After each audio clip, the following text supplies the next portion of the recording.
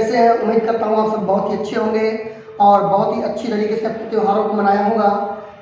और मैं यही प्रार्थना करूँगा कि आप सभी बच्चे अच्छे हों और अच्छे से पढ़ें, मौज से पढ़ें और बोर्ड में अपना अच्छे से अच्छा मार्क्स प्राप्त करें। और मैं आपको बोर्ड के सारे कंटेंट साइंस के और मैथ के इतनी अच्छी तरीके से वीडियो बनाकर दूंगा, आप सभी बच्चे उस सिर्फ वीडियो को ही देख के जाएंगे तो आप हर एक सब्जेक्ट में कितना भी कमजोर क्यों ना बच्चा हो, उसी वीडियो को जब देख लेगा पूरा तो वो 80+ नंबर तो प्राप्त ही कर लेगा हर एक इन दोनों सब्जेक्टों में। और यही दोनों सब्जेक्ट सबको कठिन लगते हैं बच्चों, इसीलिए इन सारे वीडियो को आप आसानी से देख कर जाएंगे, समझ कर जाएंगे, आसानी से यही सारे क्वेश्चन आयोजित फंस जाएंगे, उसी तरीके के आ जाएंगे, बिल्कुल आसान होते हैं, बहुत ही अच्छे होते हैं। जो हम क्लास 10 का सीरीज चला रहे थे उसी सीरीज को 4 सीरीज आपको दे चुके हैं। उस सीरीज को पहले चैप्टर का प्रकाश का परावर्तन या अपवर्तन जो है उस सीरीज को आगे बढ़ाते हुए आज का क्लास 5वां है, उसमें प्रकाश का अपवर्तन बर्तन, इसमें जितने भी टॉपिक आएंगे क्वेश्चन वाइज कराया जा रहा है बच्चों, उसमें सारे टॉपिक क्वेश्चन वाइज आते रहेंगे, हम सारे टॉपिक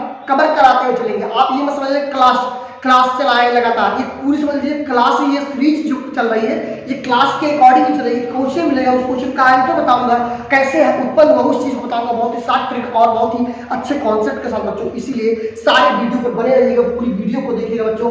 आप इस वीडियो को देखकर बहुत ही आसानी से नंबर प्राप्त कर सकते हैं और बहुत ही सिंपल तरीके से सब कुछ सीख सकते हैं बच्चों, इस वीडियो के ही माध्यम से। ज्यादा टाइम ना वेस्ट करते हुए मैं सनी और आप देख रहे हैं बैद एजुकेशन चैनल। आइए आज का पहला क्वेश्चन शुरू करने से पहले हम थोड़ा सा एक आपके अंदर एनर्जी वाला, मोटिवेशन वाला एक वर्ड बोल रहे हैं।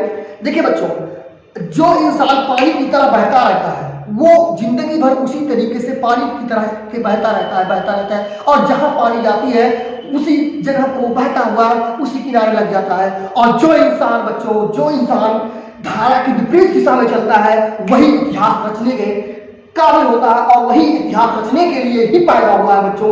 पूरे देश को एक अच्छा डॉक्टर, इंजीनियर या सोल्जर कुछ भी तरीके से आप बनकर दिखा दीजिए कि हम भी अपने देश के इस विकसित देश को आगे बढ़ाने में पूरी तरीके से सक्षम है बच्चों। आइए टाइम वेस्ट ना करते हुए पहले क्वेश्चन पे आते हैं बच्चों। पहला क्वेश्चन बहुत ही सिंपल तरीके से हम पढ़ते हैं ताकि आपका बिल्कुल आसानी से क्वेश्चन समझ जाए और आसानी से आप इसको लगा सकें। क्वेश्चन है, हीरे का अपवर्तनांक 2.42। पहला क्वेश्चन, हीरे का अपवर्तनांक 2.42। क्वेश्चन आपको यहां लगा हुआ मिल सकता है, ठीक है ना। हीरे का अपवर्तनांक 4.2 का क्या तात्पर्य है कि हीरे का अपवर्तनांक 2.4 है, हीरा डायमंड जिसको बोलते हैं, हीरे का अपवर्तनांक 2.4। इसका अर्थ क्या है?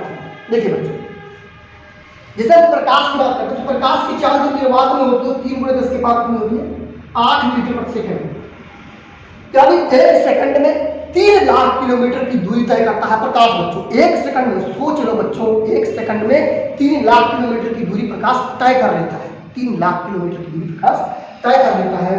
अब बच्चों हीरे का अपवर्तनांक, प्रकाश की चाल क्या होती है? इतनी होती है। तो हीरे का अपवर्तनांक इतने से क्या तात्पर्य है कि प्रकाश की चाल जब हीरे में प्रवेश करेगा प्रकाश तो वहां उसकी गति जो हो जाएगी मंद हो जाएगी, क्योंकि हम जानते हैं बच्चों कि n बराबर होता है, क्या होता है बच्चों, n बराबर जो होता है ये होता है C/B।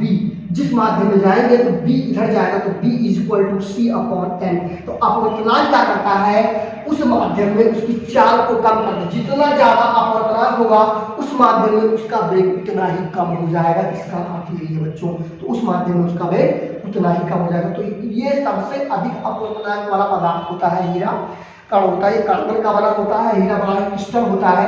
और हीरे में और बात मैं कहूँ, हीरा जो होता है कुछ लोग कहते हैं इसमें जहर पाया, जहर नहीं होता है बच्चों, जहर नहीं पाया जाता है।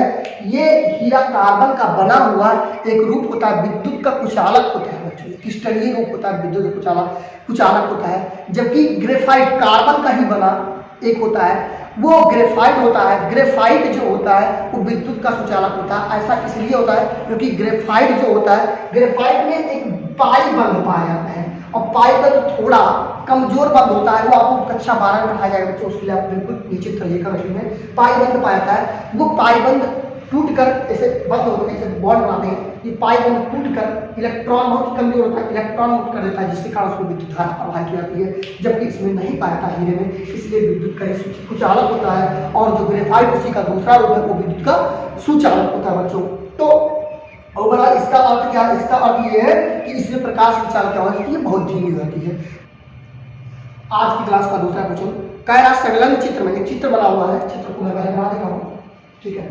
चित्र में एक प्रकाश किरण ऐसे आ रही है और ये अपवर्तन हो रही है, यानी थोड़ा सा दूर हट जा रही है। इसका मतलब प्रकाश, जब प्रकाश सघन माध्यम से, ये सघन माध्यम हो जाएगा और ये आपका विरल माध्यम हो जाएगा। सघन माध्यम से विरल माध्यम प्रवेश करती है तो अभिलंब से दूर हट जाती है। अभिलंब से ये कोण दिया हुआ था बच्चों, ये कोण आपको दिया हुआ है क्वेश्चन, और ये कोण आपको 45 दिया हुआ है बच्चों, ये चित्र में दिया हुआ, यही चित्र है आपका, ठीक है। और आपसे कह रहा है कि किरण है, तो कह रहा है वायु के सापेक्ष, ये आपका वायु दिया है, ये बच्चों ये ऊपर वाला वायु दिया है, ये आपका ऊपर वाला वायु दे दिया है। तो जब प्रकाश विरल माध्यम से सघन माध्यम प्रवेश करेगा, अभिलंब की तरफ वो झुक जाएगा, अभिलंब की तरफ झुक जाएगा, अभिलंब ये हो जाएगा बच्चों, अभिलंब ये का है अभिलंब। तो यहाँ से ये कोण आपको दिया हुआ बच्चों, ये आपको 45 ये कोण साथ दिया, ये कोण आपको 45 लिखा हुआ है, एक माध्यम है सघन माध्यम, इस तरीके से आपको क्वेश्चन दिया हुआ है। तो आपसे कह रहा है बच्चों कि वायु के सापेक्ष माध्यम का अपवर्तन लागू करना, वायु के सापेक्ष माध्यम का अपवर्तन। तो वायु के सापेक्ष माध्यम का अपवर्तन इसमें से इसके सापेक्ष, ये तो बड़ा सिंपल है। वायु के सापेक्ष क्या नाम है, इस माध्यम का अपवर्तन निकालने के लिए हम स्नेल का नियम जानते हैं, या अपवर्तन का द्वितीय नियम क्या कहता है, अपवर्तन यानी स्नेल का नियम। जब प्रकाश की किरण आपतित होती है तो वहाँ पहली बात समझ लीजिए कि अपवर्तन होता क्या है। जब प्रकाश की किरण किसी एक माध्यम से दूसरे माध्यम में प्रवेश करती है तो अपने मार्ग से क्या रहती है, विचलित रहती है। यानी जैसे कि एक माध्यम से दूसरे माध्यम में जाएगी तो एक माध्यम से इधर आ गए, दूर, ठीक है बच्चों, इस तरीके से यानी अपने मार्ग से विचलित रहती है। जब प्रकाश की किरण एक माध्यम से दूसरे माध्यम में आती है तो अपने मार्ग से विचलित रहती है, अर्थात उसके वेग में परिवर्तन हो जाता है, वेग में दिशा में उसके परिवर्तन हो जाता है। तो जब प्रकाश की किरण विरल माध्यम से सघन माध्यम में चलेगी तो अभिलंब की ओर झुक जाएगी, और सघन माध्यम से विरल माध्यम में चलेगी तो अभिलंब से दूर हट जाएगी। अभिलंब क्या होता है, उस मीडियम के जो तल होता है उस पर खींचा गया जो लंब होता है वो अभिलंब होता है। तो इसमें दो नियम होते हैं कि आपतित किरण और अपवर्तित किरण तथा आपतन बिंदु पर अभिलंब, तीनों एक तल में होते हैं। ये अपवर्तन का पहला नियम। दूसरा नियम है कि आपतन कोण की ज्या, ये आपतन कोण आई होता है और ये आपका अपवर्तन कोण होता है आर। आपतन कोण की ज्या का मतलब साइन तथा अपवर्तन कोण की ज्या का अनुपात नियत होता है, और वो नियतांक जो होता है वही आपका बच्चों होता है अपवर्तनांक, एक माध्यम के सापेक्ष दूसरे माध्यम का। तो यहाँ से हम यही पहले आई निकाल लेते हैं। तो देखिए टोटल ये 90 होता है, तो ये कितना हो जाएगा बच्चों, 60 में 90 में 60 निकालेंगे तो 30 हो जाएगा बच्चों, और ये आर कितना हो जाएगा 45 90 तो ये भी 45 हो जाएगा। हम स्क्वायर का द्वितीय निकालते हैं साइन आई बटे साइन आर। हमारा अपवर्तनांक इस माध्यम से इस माध्यम में मान लेते हैं, तो साइन आई का मतलब 30 अंश हो जाएगा बच्चों, और साइन 45 का ये आर 45 हो जाएगा बच्चों। तो यहाँ से एन की वैल्यू कितनी है, साइन 30 की वैल्यू की बच्चों 1/2, 45 को होती है कौन वैल्यू, ये रूट ऑफ 2 ऊपर जाएगा बच्चों, तो एन बराबर रूट ऑफ 2/2 हो जाएगा। अब 2 को हम बच्चों लिख सकते हैं, 2 को लिख सकते हैं रूट ऑफ 2 है, 2 को लिख सकते हैं root of 2 into root of 2 बच्चों, ये हम लिख सकते हैं, एक रूट ऑफ 2 से रूट ऑफ 2 बन जाएगा, तो 1/रूट ऑफ 2, ये आपका अपवर्तनांक निकल के आ जाएगा बच्चों वायु के सापेक्ष सघन माध्यम का अपवर्तनांक। यहाँ से ये आपको निकालना था, ये आपका आंसर आ गया बच्चों। ये आपका 2015, 17, 20 और आगे भी आ सकता है। बहुत ही अच्छा क्वेश्चन था, इस तरीके से बन सकता है क्वेश्चन, काफी अच्छा क्वेश्चन था बच्चों।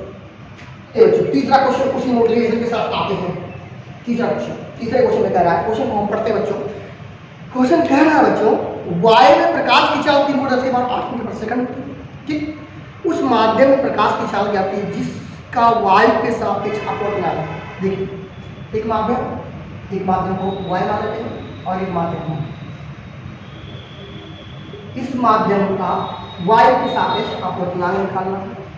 इस माध्यम का क्या निकालना है भैया, अपूर्णांक दिया हुआ है, यानी ए एन, इसको माध्यम को हम मान लेते हैं एक माध्यम मीडियम मान लेते हैं, एक मीडियम मान लेते हैं, ये आपको दिया है 1.5, ठीक है बच्चों। और C इक्वल टू दिया है बच्चों, C इक्वल टू 3 × 10 की पावर 8 मीटर, और हमसे कह रहा है उस माध्यम में प्रकाश, यानी इस माध्यम में प्रकाश की चाल निकालना। तो ये क्वेश्चन आपका 2011, 2013, 15, 2019, 2019 दो बार आया हुआ, 62 में आया हुआ, बहुत ही अच्छा क्वेश्चन है। और इस तरीके के बहुत सारे क्वेश्चन बनते हैं, आपको एन दे देगा और सी दे देगा, पहले माध्यम के साथ दूसरे माध्यम। तो हम सिंपल तरीके से वाई के साथ में देखिए ए एन डब्ल्यू या ए एन एम मीडियम में निकालना। तो हम यहाँ वाई रखेंगे तो यहाँ प्रकाश की चाल को ऊपर रखेंगे, वाई और प्रकाश की चाल जो होती है उसको ऊपर रखेंगे, अब यहाँ वाई में तो ए एन डब्ल्यू यानी वाई के सापेक्ष किसी माध्यम में अपोर्थनांक, और उस माध्यम में हम कितना मान लेते हैं, इस माध्यम में इसके साथ मान लेते हैं बी मान लेते हैं, और यहाँ कितनी है सी है। तो यहाँ से हमको ये चीज़ दी हुई है 1.5 और ये चीज़ दी हुई है कि 3 × 10 की पावर 8 मीटर प्रति सेकंड, और ये बी हुआ। और 1.5 एकड़ में 1.5 होता है बच्चों, और 1.5 गुना कितना होता है बच्चों 3 होता है। अगर पहाड़ा आ रहा होगा तो बहुत अच्छी तरीके से बी एकड़ में बी हो जाएगा, बी बराबर 2 × 10 के पावर 8 मीटर प्रति सेकंड। ये आपका इस माध्यम में प्रकाश की चाल हो जाएगा। बहुत ही अच्छा क्वेश्चन था बच्चों।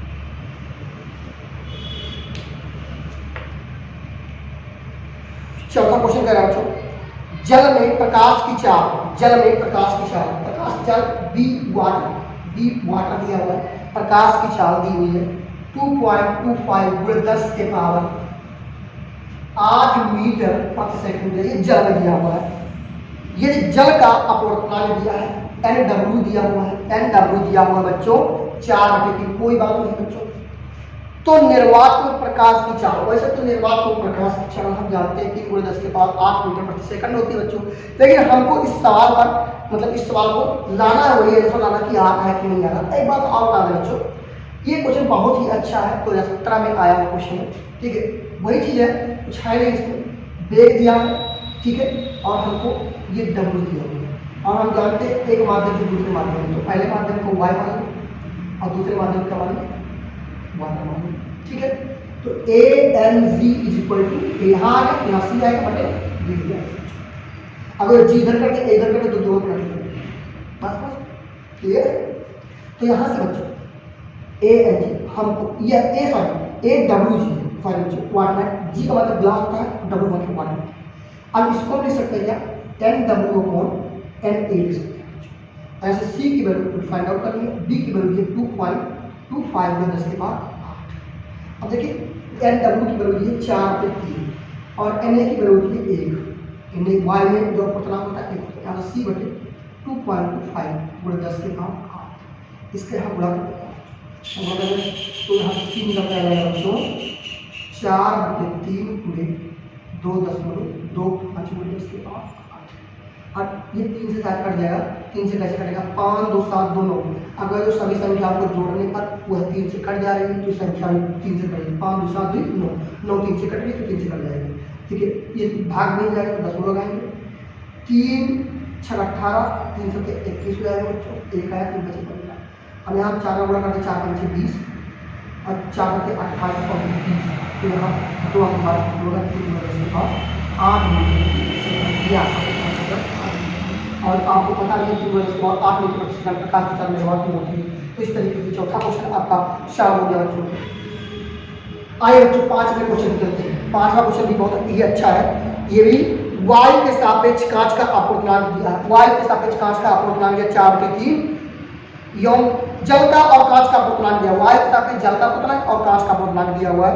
तो जल का अपवर्तनांक, जल का कांच के सापेक्ष अपवर्तनांक है, जल का कांच का। देखिए बच्चों इन सब क्वेश्चन को लगाने के लिए बहुत ही आसान तरीका होता है लगाने का। आपको दिया है वायु का जल के सापेक्ष दिया है, वो दिया है आपको 4/3, ठीक है बच्चों। और एक चीज दिया है, क्या चीज दिया हुआ है, वो दिया है वायु का कांच के सापेक्ष दिया है, वो दिया है 3/3, ये चीज दिया। और हमको फाइंड आउट करनी है पहले जल का कांच के सापेक्ष, यानी जल का वाटर का कांच के साथ, ये फाइंड यही चीज आपको ये 2011, 13, 17 इसलिए क्वेश्चन बहुत मस्त है। अब इन सारे क्वेश्चनों को बहुत ही आसानी से आप लगा सकते हैं। कितने माध्यम दिए? वायु, वाटर और कवच, ए, डब्ल्यू और जे से लिख लीजिए। अब इसके अंदर आप एक फार्मूला जानते हैं। अगर जो आपको दिक्कत हो रही है, ऐसे नहीं कर पा रहे तो फार्मूला अगर नहीं याद है कोई दिक्कत नहीं, आपको ये निकालना WmG। हम क्या जानते हैं? WmG को क्या करते हैं? mg बटे क्या m, ये तो लिख ही सकते हैं। और यहां से ये चीज तो हम लिख सकते हैं। और देखिए यहां से हम अगर देखें, यहां से देखें तो ANW बराबर 4 बटे 3, इसको लिख सकते हैं NW बटे NE बराबर 4। एक याद रखिएगा वायु में जो आपका पूर्णांक होता है वो एक होता है, तो यहाँ से ये रखेंगे NW यानी कांच का जो पूर्णांक होता है, और ऐसे NG भी निकल के आ जाएगा 3 बटे 2। बस इसी में उठा रखा दीजिए, काम खत्म हो जाएगा। NG की वैल्यू कितनी? 3 बटे 2 और NW की वैल्यू 4 बटे 3। 3 को ऊपर बुला करके 3 से करना हो जाएगा तो 4 में 8, जैसे WmG की वैल्यू हो जाएगी आपकी 9 बटे 8। ये आपका आंसर हो जाएगा बच्चों। बहुत ही सिंपल तरीके से बता दी। फार्मूला आपको याद करते हैं, यूनिट का बवाल होता। यहाँ आप जानते हैं चूंकि Na हमेशा याद रखिएगा वायु का पूर्णांक होता है, एक होता है। बस उसी को हम समझ जाए, बस काम हमारा खत्म हो। यही फार्मूला आपको याद रखना है कि WmG दिया हो तो इसका मतलब Mg बटे NW। बस समझ में आ गई होगी। आज देखिए बच्चों, जो अभी 5वां क्वेश्चन मैंने बताया है इसमें आपने निकाला गया है WmG बराबर 9 बटे 8। लेकिन साथ क्वेश्चन में कह रहा है, क्वेश्चन में कह रहा है जल का कांच के सापेक्ष अपवर्तनांक निकालना है। कांच के साथ देखिए जल का कांच के सापेक्ष निकालना है। थोड़ा क्वेश्चन में सापेक्ष जल का निकालना पड़ता है कांच के सापेक्ष। ये क्या? कांच के सापेक्ष, ये सॉरी जल के सापेक्ष कांच का होता है, और वो कांच का जल का कांच के सापेक्ष कांच पहले होना चाहिए, अर्थात GnW निकालना। सॉरी बच्चों, कुछ देख लीजिएगा। वैसे अगर ये कहता है कि कांच का जल के सापेक्ष तो आप ये निकाल लेते, लेकिन उनसे कह रहा है क्या? GnW कह रहा है, जल का कांच के सापेक्ष। ठीक है बच्चों, तो ये क्या होगा? बस इसी को पलट दीजिए, काम खत्म हो जाएगा। उल्टा है, पलट दीजिए, इसी का उल्टा है WmG, ये क्या करते NW बटे NG करते, तो अब उसी का उल्टा कर दें। यहाँ क्या दिया? NW बटे NG बटे NW दिया हुआ। अब हमको निकाले NW बटे NG, तो उसी का उल्टा कीजिए, R बटे 9 का। ठीक है बच्चों, कोई दिक्कत नहीं। छठवां क्वेश्चन कह रहा है कि वायु तथा कांच में प्रकाश की चालें दी हुई है। वायु में चाल दिया हुआ, वायु चाल जो होता है C मानते हैं 3 बटे 10 के बाद 8 मीटर प्रति सेकंड, और कांच में दिया हुआ, कांच में हम B मान लेते हैं, और वो दिया है 2 बटे 10 के बाद 8 मीटर प्रति सेकंड। ये कांच में प्रकाश की चाल। तो कह रहा है वायु के सापेक्ष कांच का अपवर्तनांक निकालिए, AmG निकालिए। वायु के सापेक्ष, अगर जैसे कहता वायु कांच के सापेक्ष निकालिए, वायु का कांच के सापेक्ष निकालिए, तब तो GnA हो जाएगा। लेकिन इसमें कह रहा वायु के सापेक्ष कांच का अपवर्तनांक, वायु के सापेक्ष कांच का अपवर्तनांक, वायु के सापेक्ष कांच का अपवर्तनांक ये जगह C बटे, काम खत्म हो जाएगा बच्चों। 3 बटे 10 के बाद 8, और B में 2 बटे 10 के बाद 8, 10 के बाद 8 से 8 मर गया, और यहाँ से मात्रा जो आएगा वो मिल जाएगा, यानी अपवर्तनांक का मात्रा होता ही नहीं। इसको 3 बटे 2 कह सकते हैं, और 3 बटे 2 का मतलब 3 का आधा, 3 का आधा 1.5 होता है बच्चों। यहाँ से AmG निकल के आ जाएगा आपका बच्चों कितना? 1.5। इस तरीके से ये भी क्वेश्चन आपका क्लियर हो गया। बहुत ही अच्छा क्वेश्चन ये भी था। ठीक है, अगर बोले कांच का वायु के सापेक्ष, कांच का वायु के सापेक्ष किसके सापेक्ष कह रहा है? छठवां हो, सातवां। कांच का किसके सापेक्ष? वायु के सापेक्ष। कांच का वायु के सापेक्ष अपवर्तनांक होता है 1.5। ऐसे ना होता है तो कांच का 1.5 ही होता है। वायु का कांच के सापेक्ष अपवर्तनांक निकालिए। बस वायु का निकालना अपवर्तनांक किसके सापेक्ष? कांच का अपवर्तनांक। बस काम खत्म। इसको हम कर सकते हैं 1 बटे AlG, बस यही आपको निकालना है। 1 बटे 1.5 कर दीजिए। 1 बटे 1.5 से अगर हम भाग दे देंगे तो यहाँ 10 कर दीजिए, बटे 15 कर दीजिए, 10 दोनों बढ़ा दीजिए, 100 हो जाएगा, 15 छक्का 90, फिर 10 आएगा, 15 छक्का 90, 15 छक्का 90, इस तरीके से आता रहेगा। तो इसको 0.67 ये आपका GNA निकल के आ जाएगा बच्चों, ये आपका। आइए बच्चों हम 8वां क्वेश्चन कर रहे हैं, लाजवाब है ये भी। कह रहा है किसी लेंस के प्रकाशिक केंद्र से क्या तात्पर्य है। देखिए कोई लेंस है, ठीक है, लेंस चाहे वो अवतल हो तो यहाँ से एक लाइन अगर जो खींच दे ग्राफ पर और एक लाइन ऐसे ड्रा कर, ये मुख्य अक्ष हो जाता है, मेन एक्सिस हो जाता है, और इसका प्रकाशिक केंद्र ये होता है। प्रकाशिक केंद्र से क्या तात्पर्य है, तो प्रकाशिक केंद्र से यह तात्पर्य कि अगर जो इस लेंस पर किरणें डाली जाए और वो प्रकाशिक केंद्र से हो, प्रकाशिक केंद्र से जाए, तो बिल्कुल बिना विचलित हुए सीधे निकल जाती है। और अगर जो लेंस मोटा हुआ तो अंदर विचलित होगी, बाहर जो रेखा थी उसी के समांतर होगी। यही इसका तात्पर्य है। इस प्रकाशिक केंद्र का अर्थ क्या है कि इससे अगर पतला लेंस है तो इससे निकलने वाली किरणें बिल्कुल बिना विचलित हुए सीधे चली जाएंगी, बिना विचलित हुए सीधे। लेकिन अगर जो यही चीज मोटा हो जाए, ऐसे लेंस मोटा हो जाए तो जाएगी इससे, लेकिन अंदर अपवर्तन होगा, लेकिन जो ये किरण थी इसी के जस्ट समांतर हो जाएगी, समांतर किरणें ही रहेगी, कोई दिक्कत नहीं होगा। तो इस प्रकाशिक केंद्र से, प्रकाशिक केंद्र का अर्थ यही था कि इससे निकलने वाली पतली लेंस में किरणें क्या हो जाती है, बिल्कुल सीधे निकल जाती है। और अगर जो सीधे निकल जा रही पतला लेंस है, अगर जो मोटी लेंस हो और मोटी लेंस में क्या हो जाएगा बच्चों, ये समांतर हो जाएंगे। बस इसका यही तात्पर्य है। 9 नंबर क्वेश्चन देखते हैं बच्चों। किसी लेंस में वस्तु की लंबाई तथा उसके प्रतिबिंब की लंबाई का अनुपात, वस्तु की लंबाई और प्रतिबिंब की लंबाई का अनुपात 3/4। इस दशा में आपको देखिए लेंस दिया हुआ, ध्यान दीजिएगा, इस दशा में U तथा B का अनुपात निकालें। बच्चों आपको दिया है वस्तु का अनुपात प्रतिबिंब का अनुपात कितना दिया हुआ, 1/1/4, यानी O/I की वैल्यू दी हुई है और हमको निकालनी है बच्चों इस दशा में U तथा B में अनुपात निकालना है। तो बस अनुपात निकालना है, यानी B का अनुपात U निकालना है। यह चूंकि हम जानते हैं बच्चों आवर्धन होता है I बाई प्रतिबिंब की लंबाई बटे वस्तु की लंबाई, और ये होती है B बाई U, ये लेंस के लिए होती है, इसके लिए होती है लेंस के लिए आवर्धन। तो यहाँ से ये वाला इसके बराबर हो जाएगा, और इसकी वैल्यू शायद आपको दी रखी है, इसकी वैल्यू देखिएगा E/U, यही आपको निकालना था, ये दिया हुआ I/O। अब I/O यही आपको निकालना है। I/O का मतलब उल्टा कर देंगे, I/O यानी 4 कितना हो जाएगा, इसको ले सकते हैं B/U और इधर 4 अर्थात 4/1। ये आपका हमारा क्वेश्चन है।